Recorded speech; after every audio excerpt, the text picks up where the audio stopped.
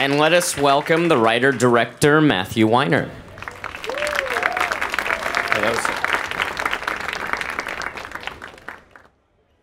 Hi, everybody. Hello. So, how are you, Danny? Thank you for doing this. My pleasure, my pleasure. So you have spent the last 10 years doing one of the most acclaimed, iconic television shows of all time. And coming off of that, you then make your feature directorial debut, because you directed multiple episodes of Mad Men, with this movie. Why this story coming off of Mad Men? I don't, it doesn't really lay out like that. I'm sure And how does it? It lays out, well, basically, I wrote the pilot of Mad Men. And about 2.5, 3 quick years later, I got a job on The Sopranos. And after my first season on The Sopranos, I wrote this movie. And so it was another 4 years before I wrote the second episode of Mad Men. And it's now been 14 years since I wrote the pilot of Mad Men. And, 9 years for this. So obviously, it takes a while to get stuff made. Some of it was because I was busy. But, I mean, this was a story that came to me. And I don't really think in terms of genre. I don't really think in terms of formula. My intention was kind of to do a movie in the tradition of the early 70s movies that I love, that are often socially conscious and have a lot to do with the truth and sort of present life as it is and are not formulaic. I don't know if you know the movie 5 Easy Pieces is a big favorite of mine. And I kind of turned, the issues of what was going on for me, which is not just our experience of being alienated. And I'd reached a point in my life where I was happily married, I have kids. My wife is certainly my best friend, but my male friends had really disappeared. And I was saying, like, you see friendship, so it's such a wish fulfillment in most entertainment, the bromance and as Steve says it in the movie, nobody eats alone, And I was like, so what does hold friendships together? What is holding things together? And then I added into it basically 2 characters who I think in some post-cinematic way think that they're living in a stoner comedy, except for that their life is actually not progressing at all. And you don't know if the friendship is holding their life where it is or if it's the best thing in it.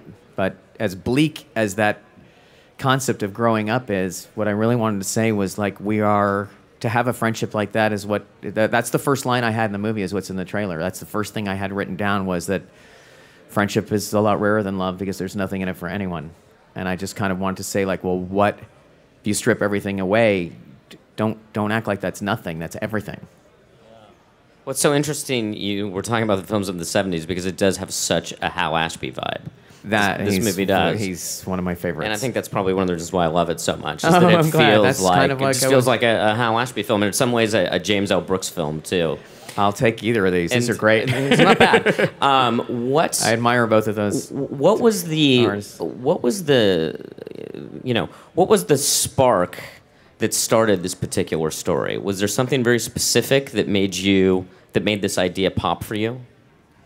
And then how did that flourish?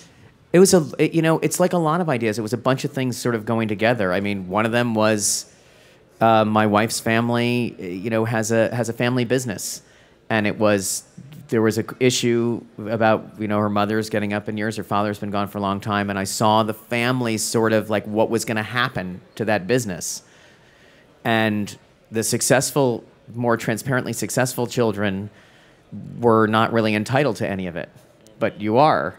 And the idea of, like, well, what part of it's the family? What part are you entitled to because you're the family? And can your inheritance be an expression of love? It shouldn't be, but it's really all it is. And then I actually had a total confluence of things that happened. One of them was realizing that I would watch the weather every morning, and I had my oldest son was at that point 6 years old, and he would go out in the balcony every morning, and he would come in, and he was 100% accurate. And I was like, well, what happened to me that I have absolutely no relationship with nature? Did I ever have that skill? And now I'm like in a bottle, and you come and live in New York, and you see Central Park and the first sunny day of spring and how people get naked. And you're like, what is our relationship to that? Why are we so far from it?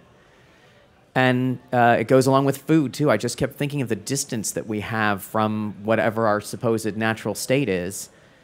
And along with that, the fact that I fell in love with this character who's unable to feel, which is Owen's character, who is basically drinking and using drugs and using women to avoid any of the deep sensations, which I find is a big part of a lot of people that I know. And suddenly this dynamic came across along with this friendship issue where I was like, well, there is one redeeming thing, is that he has this guy that he knows, and maybe they're sustaining each other's lack of growth through this friendship, but it's also the only redeeming quality for both of them. And I love this idea of telling the story in a Hal Ashby style that was not formulaic. Could I create a plot where you had no idea what was going to happen next, and you wouldn't be adrift, you just wouldn't know? And there's a love triangle in it. There's all these sort of elements, but there's a lot of surprises in it, I think, which is, it's different than Mad Men, but I think in its idea that it's about four incredibly flawed people, and it may be the audience's experience as well as the character's experience of realizing that they're flawed over the life of the movie, and how they're flawed and how that's expressed, and that everybody's just doing the best that they can, and you should really, in the most Pollyanna way, it's so simple, it's right in front of us, but to appreciate tiny things like food and love and friendship, and just don't run away from that, because everything in our world right now is encouraging us to sort of some idealized version of it that is, like all idealized things, unattainable, and it makes what you have seem very disappointing, and a lot of people just want to escape. It's all about our urge to escape. Well, along those lines, as far as the urge to escape, it seems, in this movie, these guys, they smoke a lot of weed. Yes, they do. They smoke a lot of weed. For two different purposes. For two different purposes. And in Mad Men, there was quite a bit of drinking and smoking cigarettes. That was sort of... yes. So it seems that functional addiction is this sort of motif. Yes. And what about functional addiction is so interesting to you, because you seem to explore it to such great depths in both of these pieces? It's called You Are Here because it's about the idea of just being in the moment, and it's spoken of in Zen terms a lot of times. But the idea that you could actually be in the midst of an experience, and I think that for many of us, and I'm not just myself, this is unattainable because it requires effort. And anyone who's ever gone somewhere where your phone doesn't work or lost your phone and felt the deep, deep anxiety of missing that. And I'm one of those people. And the phone's amazing. It's an amazing device. And it's actually brings us closer to each other. You can communicate more than ever. But the idea that you get into these cycles, and I think that when I was researching cigarettes for the Mad Men pilot, and the pilot is about the moment where they say that you cannot make any more medical claims. And Philip Morris had this huge crisis because everything they did was based on being doctors' advice, and which was the most healthy and which is, whatever. And they went with this campaign called Marlboro Country, which I think they still use, which was just some sort of vague state of being that you get from nicotine. It was a drug illusion. And the idea that you don't have to be in reality, you can come to Marlboro Country, it's a drug. And even though Ben Zach's character says that, people made beer before they had an alphabet, changing your state is part of the human condition, much like sleeping. It's just in every culture, there's some kind of, you find it, as soon as there's a green plant, they're making alcohol. There is a tendency, I think, for people who, for a certain kind of person, and I guess owing to the interest people have in my work, certainly the Mad Men is populated with them, who avoid their feelings by constantly changing their state, by keeping those addictions going. It becomes both a real thing and a symbolic thing, Hopefully the audience can recognize it, as anyone who's binge-watched something and missed a day of work. And also it becomes something for the characters to say, I guess I'm not saying to the audience, go out and play, it's a nice day. But I am saying that we get alienated and dissociated from each other, and there are if you can bring yourself to sort of drop these habits, even for a moment, you can experience something amazing. Yeah. Let's talk a little bit about your creative process. Sure. And because as you were discussing the structure of this film, it is completely unpredictable in a way that I haven't seen in quite a long time. How do you come up with this? Do you structure it all the way through? Do you allow yourself to find these crazy turns, which don't feel like crazy turns, and yet simultaneously the plot goes in completely different directions, and in a way where it doesn't even jolt you? It feels organic to the story, but yet it's completely surprising. What was your process to get there? You know what? It's kind of like most of the things I write. I have an idea of who the people are, and I have an idea of the ending. And then I sort of try and hang it, even though I said it's, it has no formula, I try and hang it on a kind of a traditional movie structure, if there is such a thing, which I guess the way that, it evolved supposedly from silent movies. But like Billy Wilder movies have a little bit of a traditional, Hal Ashby movies have them, and then they kind of breaks down. But it's basically just what you think, a beginning, a middle, and an end. What's the climax? Where's their twist in the second act? I literally start thinking about things that way. And then you start working on the outline, and scenes come to mind. And you're like, well, where does that go? Where does that go? How does that work? That's a funny idea. How does that work? And what happens is you just keep ironing it out and ironing it out. And the funny thing is at a certain point, I realized that this story of friendship, that this is a romance between these two characters. And it was kind of like structured like a romance in the sense that most romances are boy meets girl, boy loses girl, boy gets girl. And the climax is the guy losing the girl or the girl losing the guy. And I was missing, once I had the conflict in there in the second act, and I had romance in the second act, and there are all these things, but the most, like everything, the big scene at the end where they hash it out, I had completely skipped it because I didn't want to emotionally deal with it. So at a certain point, you're working with like everybody, you should have some, it's not wrong to have a mathematical process at some point, as long as you're flexible. And then the emotions take over. And, I told you, there's certain twists in the story that were problems to solve. And you, like all of your problems to solve, from writing, you walk away from it and hope that something comes to you, or someone suggests something, any of that. A lot of eavesdropping. I'm always eavesdropping. Yeah. Or, in the end, sometimes I think when I talked about like referencing other movies, that we reference other movies in life. I've always said, like, when people talk about Betty Draper on Mad Men, someone says, oh, it's like a Douglas Sirk movie. And I'm like, no, it's really not. Betty Draper watches Douglas Sirk movies.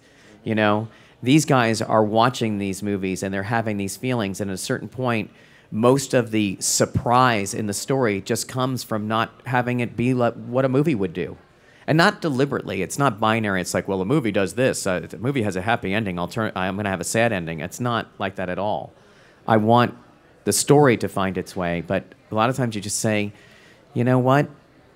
You show up to go see your friend and you want to apologize and they're not there. That's much more real than, all of a sudden you get tension from that than from the movie version of like the perfect parking spot and, Yeah. So. Should we watch one of our two clips? Absolutely. Let's run clip number 1. So Owen Wilson is terrific in this movie. It's a fantastic performance. How did you come to Owen? I wrote it for Owen, and 8 short years later, he got the script. It really was. That's really the truth. I mean, I love the idea. I think all of these actors. Laura Ramsey, you don't know that well, but she's amazing in the movie. She's wonderful in this movie. But Amy and Zach and Owen are all doing things in this movie that they don't usually do. And what I wanted to do, particularly with Owen, was play with his screen persona, which is, guileless, selfish stoner that he is, and sort of say like, well, what would happen? What's underneath that? Why is that person like that? And I couldn't get him the script for years, and then he was a fan of the show, and we had dinner, and I said, well, I wrote a movie for you, and he said yes, and then it was just a matter of like all of us finding when we were free. So were you planning for years? Did you tell yourself, I'm going to make this movie one day? This is going to get done. Yes. Is it something that you've been wanting to get done over the years? Yes. I always wanted this to be my first movie. It's very meaningful to me, and I kept thinking like it's so related to what's going on right now. I think people will recognize it. They will recognize the places. They will recognize what's ugly and what's beautiful. And I just felt like the more the time passed, it would end up just like not being worth telling that story anymore. It would just be too late. But I found, and I haven't heard any different stories from anybody, that every movie takes this long to get made. Occasionally there's a flame under something, and it just happens. But for the most part, luckily I've had a million people fall in and out of the cast. I always wanted Owen, and I couldn't even, it's a certain point you're like, something great happens, like Mad Men, and you're like, okay, what do you want to do? I want to do this movie. When can you do it? I don't know. So you have many reasons for what happens. But for me, this is just such a personal story, and I think it's strange in a way because it does have a lot of comedy in it, and these guys are really funny, but it does have like a sort of a spiritual element to it, which was unconscious for me. I mean, it kind of was pointed out to me by the actors while we were making it. I don't think there's a lot of movies where you will hear the word God and not used as a joke. The strange thing is that at the same time, it's very like the 70s movie. It's has nudity in it and a lot of drug use, and it's kind of profane. Oh, and yeah. That was sort of the mixture. I remember all that. Well, it's a weird thing. It's not, we're so prude now. Sure. We only go one way or the other. You either got to go for full on, like the prurient version of it, or it doesn't exist in the same realm. Well, it's so interesting that you just brought up the God element of the film, because that's literally what I was just about to ask you. Oh, really? Is that there's a whole storyline here that the film takes place in Amish country, a big portion of the film. And so there are Amish characters, and sometimes it's comedic, but sometimes it's very spiritual and profound. And one of my favorite scenes is a scene about God. So you're saying that it was unconscious. Well, the weird thing is that, the story is that Owen's character has to stop taking drugs and Zach's character has to start taking drugs. They're in this together, but really, as this movie goes on, you realize that Owen has a drug problem and that Zach's character is mentally ill.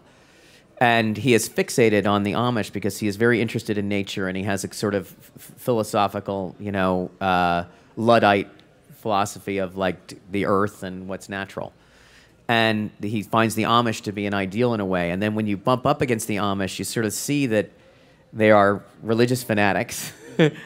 And at the same time, there is something pure about what they're doing. So you may not want to live like them, but there is something pure about what they're doing. And so I used it as a way, I found out that they see real doctors. They see, you can't even say Western. They see English doctors is what they call non-Amish, and especially for mental illness. And so for me, it was a way to solve the problem of like, how do you get this person to, I'm trying not to give away the movie here, that's why I'm being so vague. But anyway, for me, if you say that they're really Amish people and you take them really seriously and that you realize that they grew up around here and he's kind of fixated on them, and then you start talking about, well, why do they live that way? And why can't we live that way? And you hear the virtues in it, and at the same time, you're like, I don't want to live that way.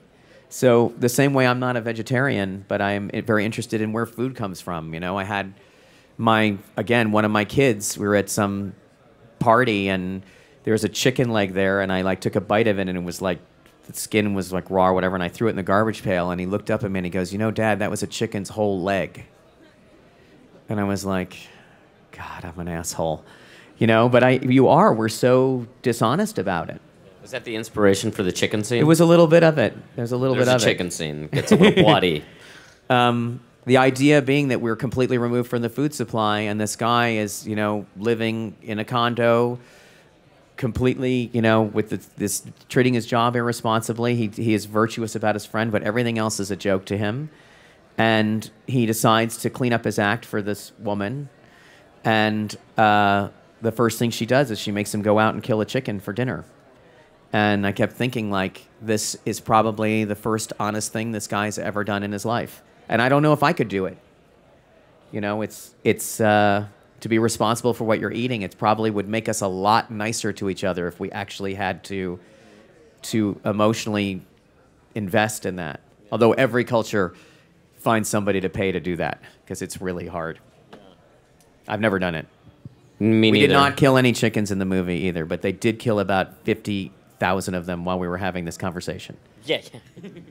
So you've just come off this tremendous run. You just finished shooting the final episodes of Mad Men, right? Yes, we And then- finished it in July, and it will air next year, the last 7. I'm doing post on them. Uh-huh.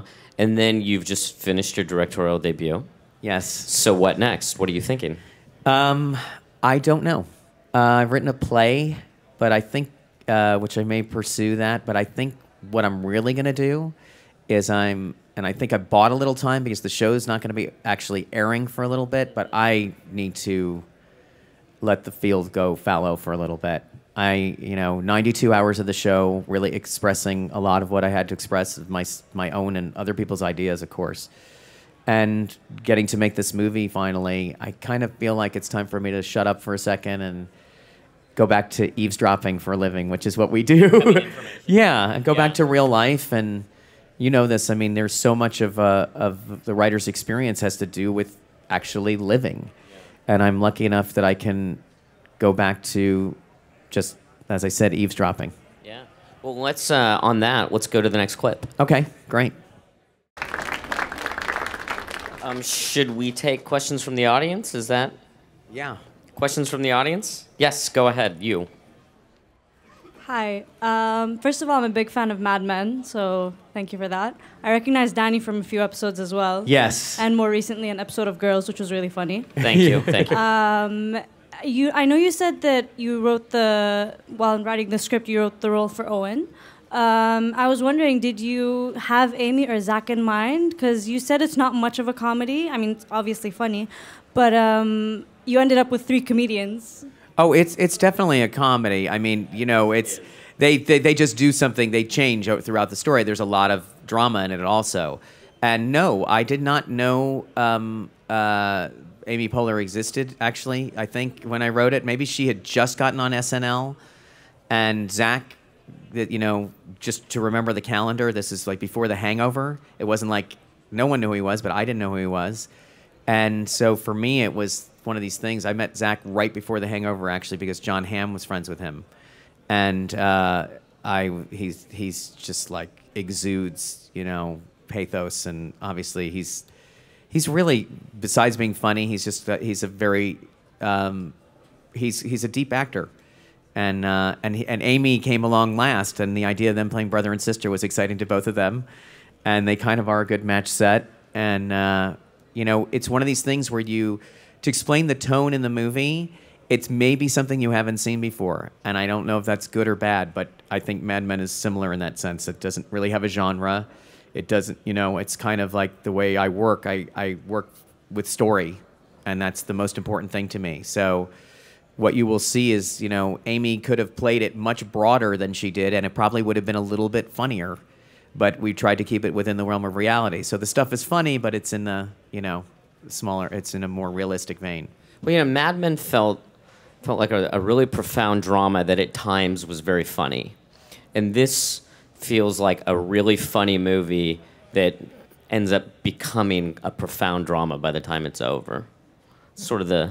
That's all positive. That's sort of my takeaway. It's very different than Mad Men, I have to say that. Yeah, completely. And that's, I go by what the story is. The things that are similar, like I said, is there are 4 flawed characters there, and the attention to detail, I think I made it with the entire crew from the show.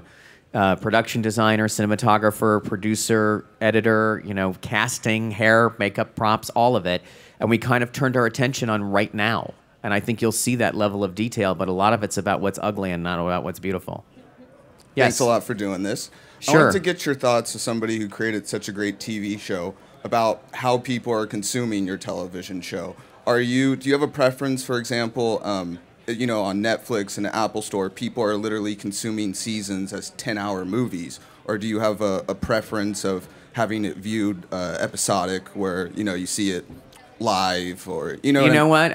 All of it's going to make me sound old in some weird way. The show came along exactly at the moment when the internet companies went from saying no one will watch anything online that's longer than 3 minutes, no one admitting that it was a technological issue, to people streaming whole shows, to my kids not even knowing that Netflix or iTunes are on the computer because there's a button, and we have Apple TV.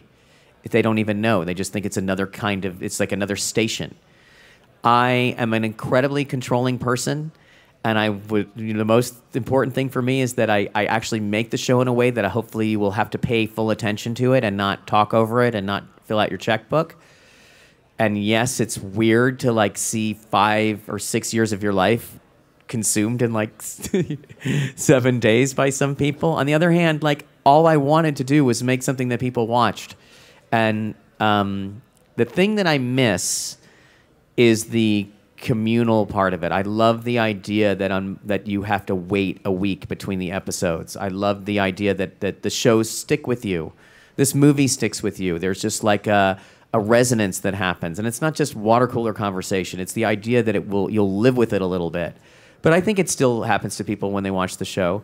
It does change the pressure on the narrative to watch them all at once.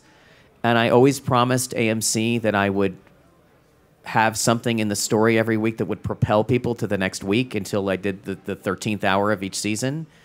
But some of it is just, it's there for the experience. There are whole episodes that are about things as vague and amorphous as how do other people see you? That's a story for me. That's a plot. So sometimes when you're ripping through them that fast, you don't get to enjoy that part of it. But you know what? I've binge watched plenty of stuff. I understand the joy and the impatience of you know what? Let's just finish the ice cream right now. So that's all I can say is like it's changing, and you kind of got to get with it the same way. This is on video on demand on the same day it's in the theaters. All this stuff. This is the way it's happening, and entertainment is important to people, so that's all you hope is that you can get them to enjoy it with some meaning. I have a huge DVD collection, most of which I've never opened. I just want to own them. Great fan of MM. Thank you. On the movie, did you personally do any rewriting? I guess this applies to Mad Men as well.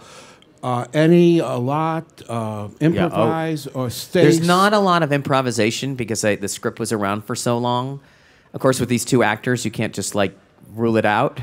And there's a lot of lines to learn, which they're not always in movies that have lines like this. Yeah, I mean, rewriting it constantly. I mean, Danny, you'll agree with this. That's the hardest part is when to stop rewriting. And in fact, I even had... When we went to shoot the movie, it was 33 days. It's a real independent movie done with an independent budget. So started saying, like, what can we do to cut it down to make it in the schedule? The writer's room at Mad Men, the script went through it, and they helped me cut everything that I needed to cut. And I did a rewrite as late as 2 days before production. But once we were on set, I tried not to mess around with it. There's too many other factors. And... who knows if I'll be like that the next time I do the next movie. I may loosen up a little bit. I'm impressed with writers and directors like David Russell, who can throw lines out from behind the camera or let people sort of find things. But I believe casting is half of it, and a scene like that Will scene is something that it is comedically pretty specific. And so all you do is you rehearse it and rehearse it and rehearse it till the timing's right, and then you start shooting it and hope everybody can hold on to that rhythm. You seem to have an interest in other eras. Obviously, you mentioned this movie has reference to the 70s and all those great films. And, of course, Mad Men is the 60s, and even the Amish are sort of from another era. Oh, boy. God knows what era that is. So what is this fascination with trying to draw from other periods, and what did you do in your own head to look into those eras? It's just, I mean, you only know the period you know. I wasn't even alive before, like, season 5 of Mad Men. Forget about what your earliest recollection is. I think we're all obsessed with other periods. I think, you know, we're in a culture that's certainly obsessed with time travel. And I think it's part of the technological explosion that's happened in the last 10 years. We won't know what it means because we're in the middle of it. And it's very friendly and very warm, and a lot of it's very good, but we don't even know what we're clinging to. We don't even know why, you know, my iPhone has a wooden case on it, and I'm not the only person who wants that. Who knows what that is? That's all it is, you know. This is a very contemporary movie. It's absolutely drawn from right now, but the style of filmmaking is from another era. And the style of storytelling is something that I felt is one of my favorite eras in film. Those are, I don't think it's just because it's my childhood, because I was definitely too young to see a lot of those movies when they came out, and I saw them anyway because that was another part of child rearing in that era. Was, you know, everything was basically, had just stopped being rated G very recently. So we'd go to the drive-in and see things that were not appropriate. I saw Shampoo in a drive-in. I must have been like 9. Hey. Hi. So I have a question that's directed towards your opening. It's more about the choice of going towards RJD2 for your opening. Of Mad Men, the yeah, credits? It's kind of a brilliant way to approach an opening to me, and not visually but sound-wise. And was that conscious, or was someone like, "Hey, check out this artist. He's awesome"? No. You know what it was? It's funny because it's so codified now. I thought of all the opening title sequences that I loved. The Sopranos being one of the most amazing ones. It's a minute and a half long. The other one's MASH, Mary Tyler Moore, Get Smart. You know, just like the Beverly Hillbillies, honestly. You know, you just sort of like think about if I'm going to do a title sequence and I only have 35 seconds. And so I had this image. And then as we started realizing that we couldn't really shoot it, I always wanted the show, it's the reason why the show's not in black and white. I did not want the experience to be abstract. I am, at least at this point in my life, very interested in reality or approximating reality the way it feels to me. And yes, the people are more eloquent than we are in our lives, but there is, part of the pace is to make it feel like reality does to me. And one of those things was saying, like, I heard that song on NPR, on Marketplace, as an interstitial song, and I already had the imagery in mind, and they were sort of working on the animation, and I had gone to, we turned into the network with Beck's New Pollution and just title cards.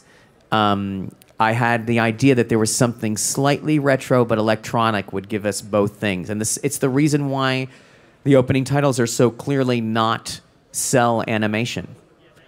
I wanted it to look animated, but I wanted it to look like it was done now. And so things like that are always, it's not rotoscoped, it's like it's computer graphics. So the song did the same thing for me. And as you know, that song we now know is like a mix of a sample of an old, and I just heard it and I just thought it sounded like French movie music and a little bit dramatic, and I liked the drive, and it felt like a guy falling off a building. It's just lucky. That's really what it is. And let me tell you something. Just to comment on technology, hearing a song on NPR and trying to find it was really, really hard. You couldn't just go to the website, and this is like 2007. So, what kind of advice would you have for young filmmakers who aspire to be like you? I'm supposed to say something really glib and mean here, but I actually am going to take that question seriously, because I will tell you, the first thing I can tell you, and Danny will vouch for this as well, I went to things like this and used every grain of inspiration that I could to make people that I admired my mentors without ever meeting them. Some of them are dead. And I looked at their lives and saw how long it took for things to happen for them, and it just was the way for me to survive in the face of rejection. And I can tell, I mean, you can say, I told you, I wrote the pilot for Mad Men 14 years ago. There's been a lot of rejection. In fact, there's like 99% rejection. And it's very hard, and you start to sort of protect yourself, and you don't want to become bitter in the face of any kind of setback. Things don't work out the way you want them to. And I have a really supportive family and friends, and I just try to keep finishing things. It's really the key, and you're going to beat yourself up. But I always look at it this way. If you write one page every day, at the end of a year, you will have 365 pages. That may be more than you've ever written in your life right now. And you miss a day here, you fall off the wagon, whatever. But it's still, if you can finish things, you will get better. It's just that simple. And don't be afraid to if there are people like me that are honest about how hard their journey was, use it. Stay with it, you know. I was writing the pilot for Mad Men right when The Sopranos came on the air.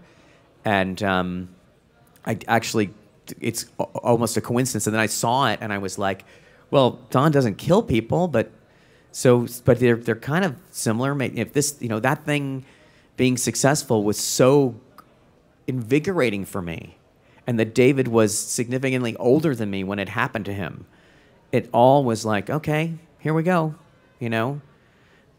You can read Outliers and things like that and talk about these 10,000 hours, but the fact remains, whatever the story is, the Beatles played together for 8 years before they had a record. They started very young, but that's the Beatles. And usually successful people just hide that.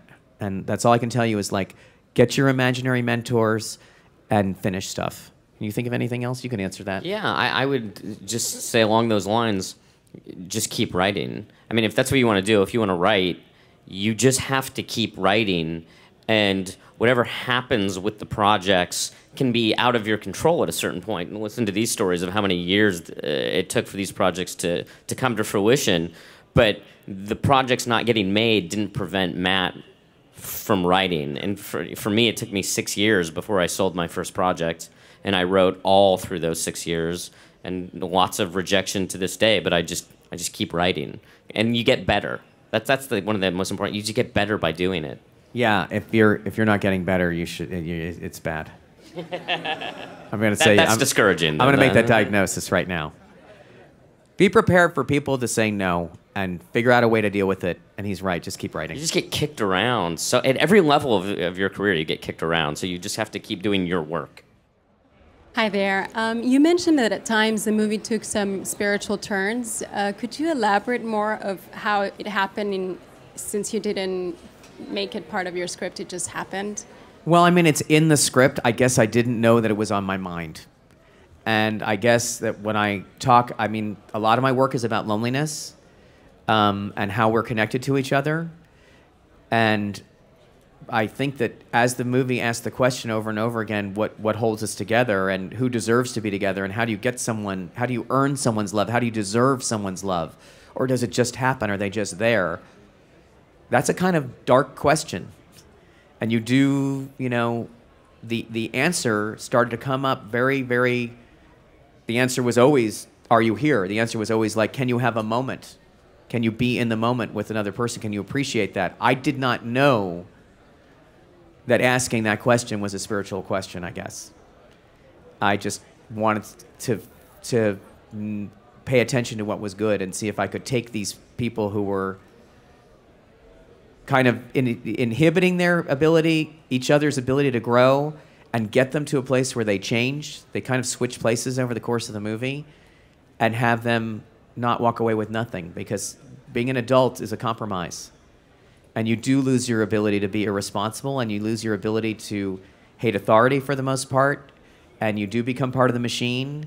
And if you are mentally ill, you will have to take the compromise of not feeling your disease, of not having those incredible highs, because the lows are too much. That's all a compromise of growing up, and you will lose something. So what do you get out of it? And that was what became the spiritual part of it. It was that answer to that, and it's in the movie. It was a surprise to me, as it is sometimes. It sounds mystical in some way, but sometimes you're writing and you're just telling a story and you don't even know what's on your mind until it's done. And that's magic. And by the way, you don't do that by yourself. It's the part of the amount of people it's not just the credits. There are, forgetting about all the friends of mine that read it over the years, all the actors that read it over the years and gave me thoughts, all the producers that rejected it and gave me thoughts, all those things. There's 500 or 600 people's mindset in this, and that's spiritual, believe me. And I really appreciate it, Danny. My pleasure, of course. Great seeing you. Thank you, everybody. I hope Thanks, everybody.